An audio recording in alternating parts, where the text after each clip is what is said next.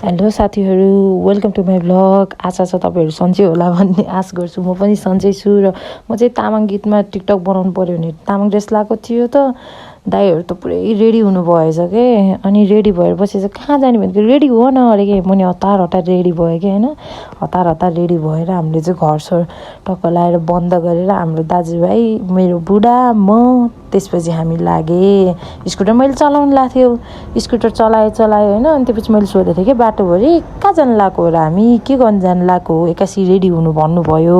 मलाई त के अत्तो पत्तै छैन त यो कुराको त। भनेको त तिमी चुप लागेर स्कुटर चलाउ न अरे के। मलाई हुन्छ भनेर चलाएको त ठ्याक्कलाई ठाउँ आइपुग्यो कि कहाँ हो यो भनेको त कोरियन रेस्टुरेन्ट रे के, द गार्डन।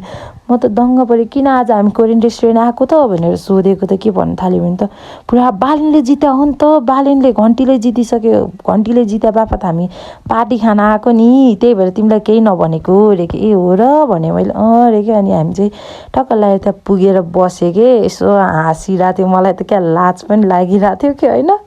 अब थाहा नभएको अनप्लानिङमा आएको हो नि त। ठ्याक्क मेनु आयो कि त्यसपछि म चाहिँ मेनु हेर्दै थिएँ, मेरो आँखा चाहिँ टक्क लगाएर रामेनमा गयो कि।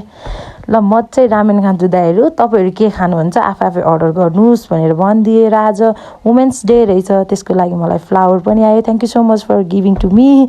अनि पिज्जा अर्डर गर्नुभएछ दाइहरूले। हामीले चाहिँ पिज्जा खाएँ, पिज्जा खाएको साथै मैले चाहिँ लेमिनेट पनि अर्डर गरेको थिएँ। मेरो पनि लेमिनेट आइपुग्यो। लेमिनेट आइपुगेपछि हामीले चेस गऱ्यो, सबैजना मिलेर चेस गरिसकेपछि दाइहरूको पोर्कको बार्बिक्यू आइपुग्यो के साथीहरू। म चाहिँ पोर्क खाँदिनँ नि त, त्यसैले अब उनीहरूलाई बनाएर चाहिँ दिनुपर्छ। मैले चाहिँ त्यही भएर पोर्क नखाएर होइन के खाएको भन्नु न, स्यालेड के, स्यालेड खाएर बसेको चाहिँ म पोर्क नखाएर। त्यसपछि आउँछ मेरो रामेन, वाउ कोरियन रामेन होइन। टक्क लाएर भाइले सर्भिस गरेर ल्याइदिनु भयो कि। भाइ हाँस्दै जानुभयो मैले भिडियो बनाउँदाखेरि। अनि म चाहिँ खान थालेँ मेरो रामेन।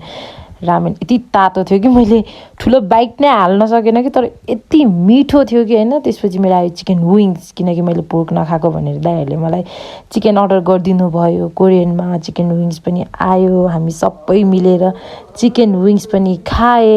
र चिकन विङ्स र रामेन खाइसकेपछि चाहिँ म चाहिँ फुल भयो क्या साथीहरू। यदि हजुरहरूलाई पनि कोरियन फुड मनपर्छ भने हजुरहरू प्लिज त्यहाँ भिजिट गर्न सक्नुहुन्छ, द गार्डन सानेपामा। हामीले त बालेनको जितको उपलक्ष्यमा पार्टी हानिसक्यो है साथीहरू। तपाईँहरू नि कहिले हान्नुहुन्छ प्लिज कमेन्ट गरिदिनुहोस् होला। र त्यसपछि चाहिँ लाग्यो हाम्रो घरतिर, सबैजनालाई बाई बाई गर्दै।